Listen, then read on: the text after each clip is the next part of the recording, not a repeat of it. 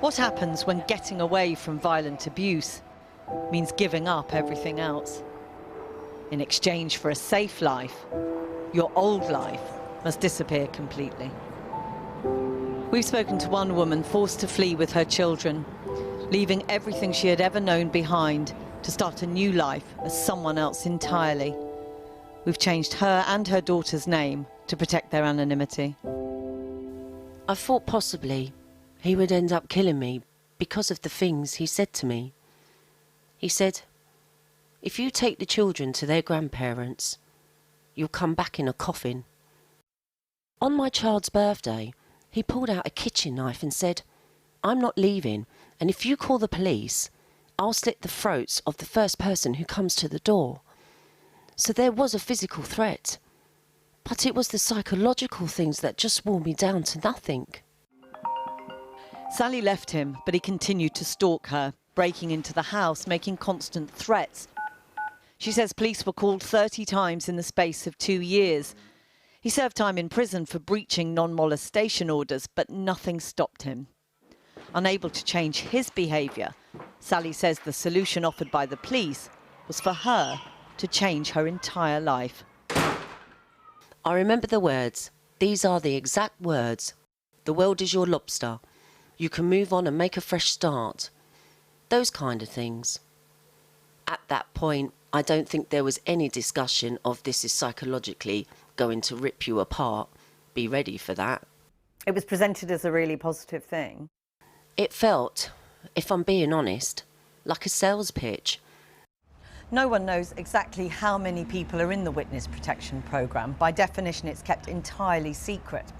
But the Protected Persons Service told us they manage a number of cases involving women fleeing domestic abuse. They say it's only ever offered as a last resort, and victims go into it voluntarily. But make no mistake, it is never an easy option. We just left on a random, like Tuesday. It was horrific. I left a job. I couldn't give my notice in, so I literally just walked out of a job. The people would never see me again. As far as they were concerned, I was dead. The children's friends would never see them again. I wasn't a happy kid, I don't think. You're so desperate to have that loving relationship with that person and for things to be okay. And you see other kids out with their dad, and you just want that to be you. You're frightened of him? Yeah.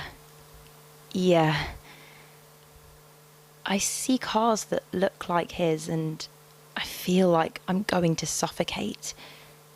He terrifies me. Witnessing violence, feeling fear in the presence of her own father was confusing and painful for Martha as a child. But fleeing, driven by police in an unmarked car to an unknown place, proved almost equally as painful. We went into our new home and it was so cold. I remember the first night there. I said goodnight to my sister in her different name. I just started crying because it just felt so wrong and I just wanted to go home. While the fundamentals of their life were put in place by the programme, a home, a new school, a new job for her mum, it was the reinvention of herself, learning to be someone else, that Martha says proved the biggest struggle. Writing the wrong name on a school textbook, leaving her in abject panic. It's such a tricky thing to get your head round in many ways. I definitely struggled at first. We bought things with our initials on to try and get it into our heads that they were different names. It couldn't be the person you'd been. No, I lost her completely, I think. It's difficult grieving this version of yourself and realising that it's gone and you can't get it back. I struggled to look at photos of myself when I was younger, and I remember that I was still the same person. I felt like two different people split into two, before and after, really. Neither Martha nor her mum feel that they were properly prepared by police for what life in the protection programme actually means. They don't feel they were given enough support to cope with the enormous consequences of changing not just where they live, but who they are. Simon McKay is a barrister and former government advisor on the witness protection programme. He says it is always the last resort and only offered when a serious threat to life can't be managed any other way. There is no one, in my experience, and I've met and worked with many people in the scheme, as well as officers that facilitate it. Nobody wants to be in the scheme. The police don't want to have to run the scheme. It's the better of two evils. It really is that. It's Hobson's choice. Either live in the community with a real and constant, real and immediate threat to your life, or go into the scheme where that threat can be effectively managed. How important is it that people are fully aware of what is happening to them or what is going to happen? There has to be ongoing support provided to those in the scheme. The psychological and mental health issues surrounding being in the scheme can often be acute, and it's important that the welfaring of individuals is an ongoing process. Sometimes, in my experience, that can be a vulnerability in terms of what the police are doing with victims. But yes, there has to be cards on the table that, you know, this is what your life is going to be like if you go into this scheme. For Sally, there's conflicting emotions. She knows she is safe, but for her, it's been a brutally heavy price to pay. There will, as you've pointed out, be many women who are living with abusers in their home who may think, I'd give anything to reinvent my life, to move away, to be given this new identity. I think a lot of people probably will see me as ungrateful, and I think even actually some people who were my friends would see me as ungrateful, because they would say, look, you were in a terrible situation, he was awful, why are you not happy? You've got a great new life, you've got a new job, your kids are happy now, but what we went through to get that and what we lost to get that was massive. I feel like you see so many things in the media about violence against women. We're doing this and we're changing that. And to me, this is like a continuation of what's happened to me. I continue suffering, and yet the perpetrator of the crime doesn't. That's how I see it. If it was, 75 people chasing me, that would be different. But it's one person. Why isn't the criminal justice system dealing with that one person? We are not the abusers. We're not the criminals. We're just normal people. Why wasn't he dealt with sooner? Better, instead of leaving it so late to the point in which our lives are changed forever. The government has promised a renewed focus on tackling domestic violence, one determined to deal with the perpetrators. But with the most determined of perpetrators, it will still be their victims who face a stark choice. Living with the risk, or a safer life, but a life they don't recognise or love.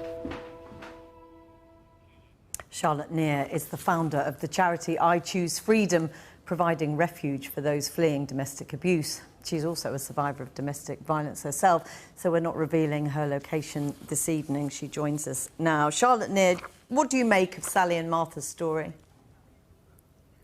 Well, first of all, I don't think anybody could fail to be moved by that. How somebody who, is essentially a victim of awful crimes, why it should be that they have to be the one to give their life up. So I found it particularly moving to hear Sally talk about people thinking she was ungrateful.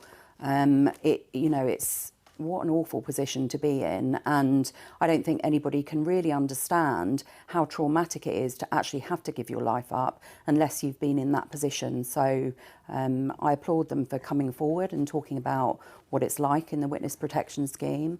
It is actually an incredibly difficult scheme to get into. We run refuges and deal with victims who are exceptionally high risk every day. And in the 14 years I've been running refuges, we've only had one successful case go into witness protection. I mean, that is the key, isn't it? This is a difficult area because while there is no question that for families like Sally and Martha's, this is not an easy option. You are giving up a huge amount. But the terrible fact is that in that moment, that family is in grave danger.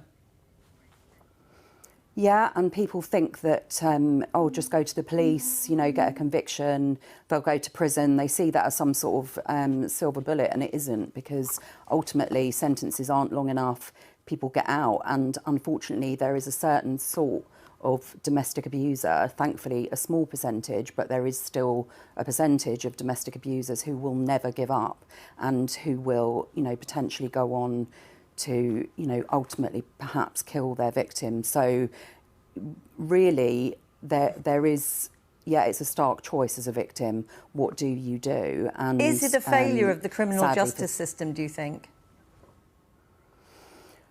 Yes, I mean, in the film, we heard Sally say that he breached multiple non-molestation orders. Well, surely that should have been punished. Sentences need to be longer. There needs to be more monitoring, something like a register for repeat domestic abusers like there is for sex offenders. Much more can be done. I mean, as you say, there may be many women that you would like to refer into the scheme, but there just isn't the option within the scheme because it is only used, as they say, in extreme situations. I'm sure many of the women you work with feel they're in extreme situations. Is there something else that could be done to help some of the women that need to disappear to a degree? Yeah, I mean, running refuges is a little bit like witness protection, but the only thing we're unable to do is to change things like NI numbers and NHS numbers. And if the perpetrator of abuse is determined enough, they can use those avenues to actually track down their victim. So we would like more powers to be able to help women change their identities, all victims, to help them change their identities. One thing I thought in the film about the welfaring, as it was called, in refuge, we spend 6 months with the victims, helping them adjust to a new life, and it sounds as though that is missing from the witness protection scheme. And just very briefly, Sally wants this to be more out in the open, more talked about as part of the wider political debate on domestic violence. Presumably you agree with that? Yeah, 100%. I mean, this is really good to be talking about it.